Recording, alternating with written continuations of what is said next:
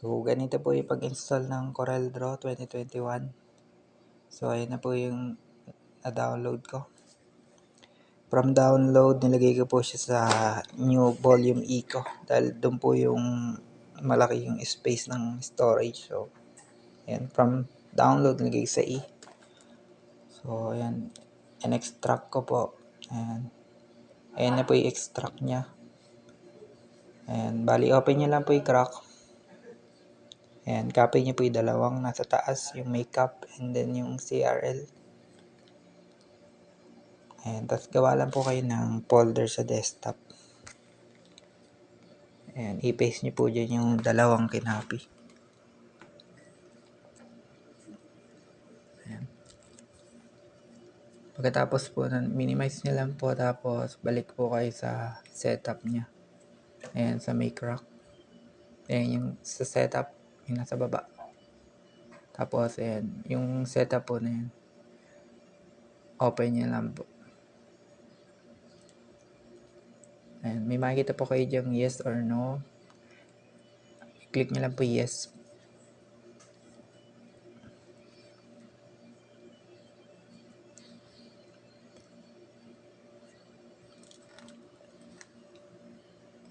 Ayan, pagkatapos po may makikita kayong I do not have a serial number. Saka po yung I have a serial number. So, click nyo lang po yung I have serial number. Kung di pa po nakaka-click. Next nyo lang po.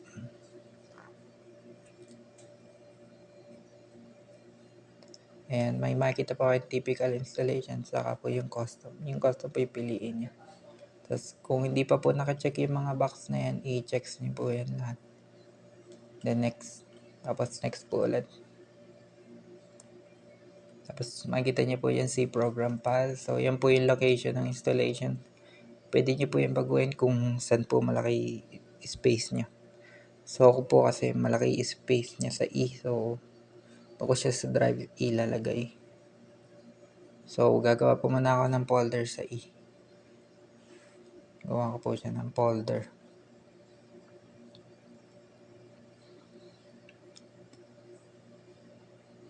Ayan, lalagay ko CorelDRAW 2021 guide.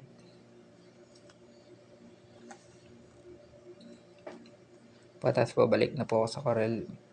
Ayan, change. New volume E. Tapos yung ginawa kong folder, CorelDRAW 2021 guide. And then install now.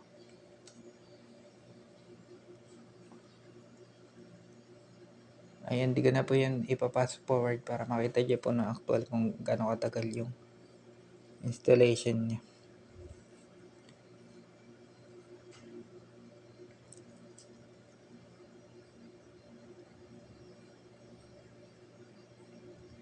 Bali lahat-lahat po yan simula sa una, inabot lang po ako ng 8 minutes sa pag-i-install.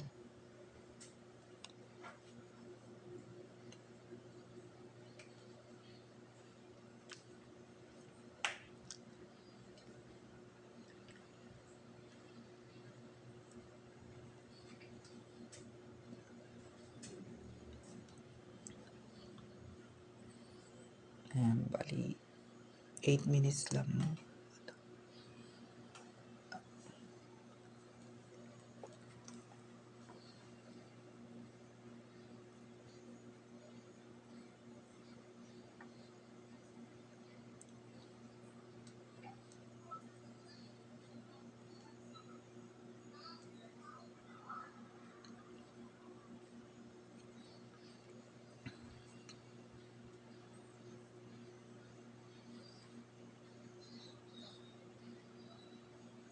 Ayan, installing.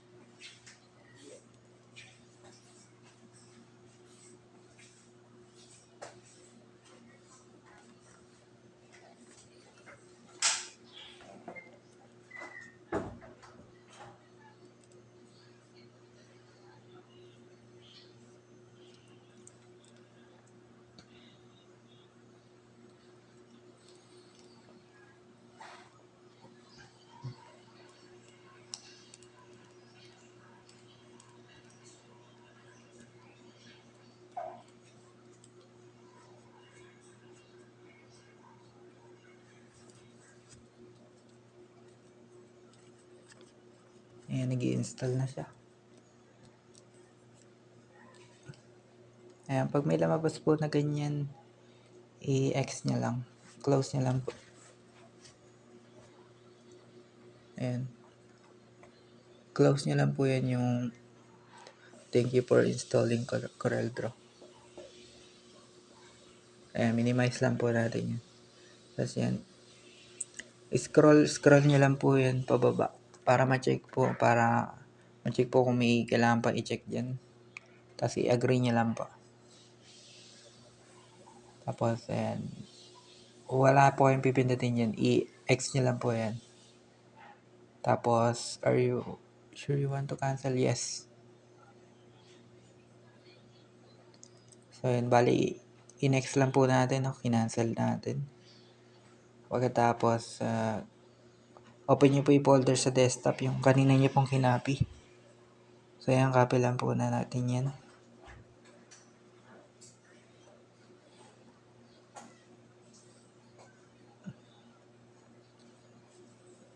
Tapos punta po kayo sa location ng pinag-installan nyo po na folder. And CorelDRAW 2021. Punta lang po kayo na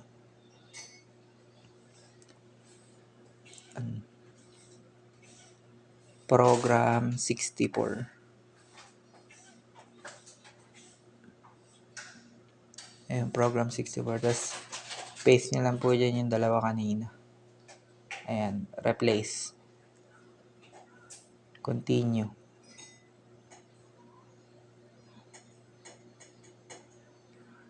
Bali, dalawang beses nyo po siyang gagawin.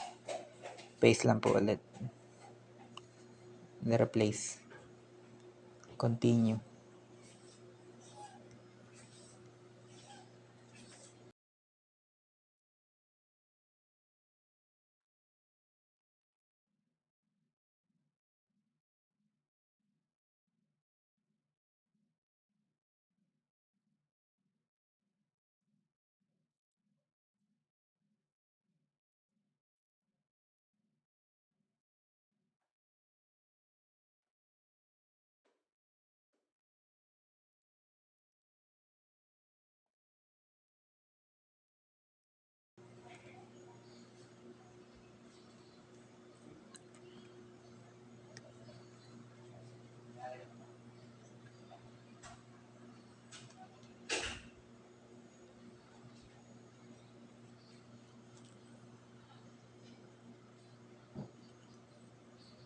Ayan, hintayin nyo lang po ng konti yung Corel. Medyo matagal talaga siya ng konti. Pagka ka-install pa lang.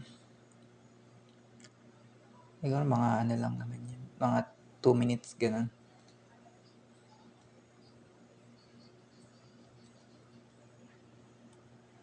One to 2 minutes. Yan.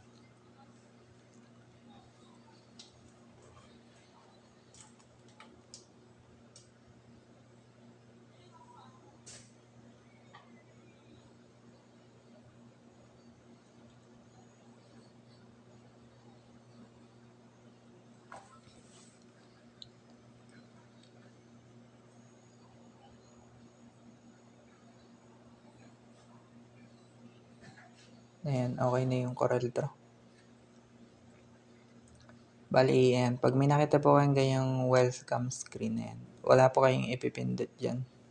Wala po kayong pipindutin dyan. Close nyo lang po yung welcome screen na yan.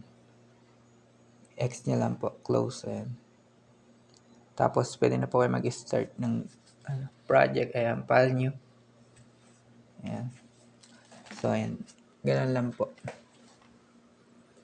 Okay na po yung CorelDRAW.